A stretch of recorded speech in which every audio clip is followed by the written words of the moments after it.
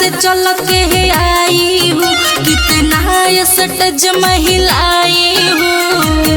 और ये बाबू कलकत्ता से चल के आई हूँ, कितना सटज महिलाई हूँ। देखो बोझ बाबू तो तोहरो मिजाज गड़बड़ाए लागे।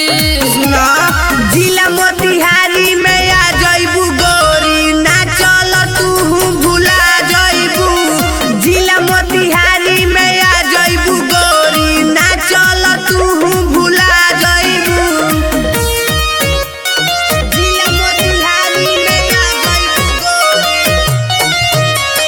ना चल तू भुला जइबू। तोहरा नियन लइका पीछे हमरा रहेला, हमरा फरमाइश बाबू पूरा सब करेला, पूरा सब करेला। काहे सब जिला तहरा के छोड़ देले बा, मोतिहारी जिला मुंह मोड़ लेले बा।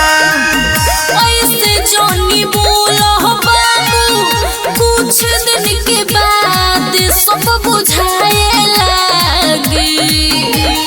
जिला मोतिहारी में आ जइबू गोरी, ना चल तू भुला जइबू।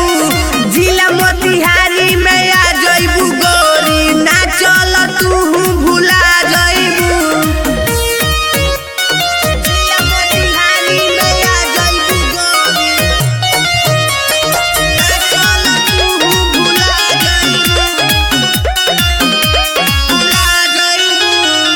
सूरज यादव राइटर राजेंद्र यादव, लागी जब झटका तू देखबो आकाश हो, देखबो आकाश हो। अभी देखले बारू कहाँ दम गोरिया,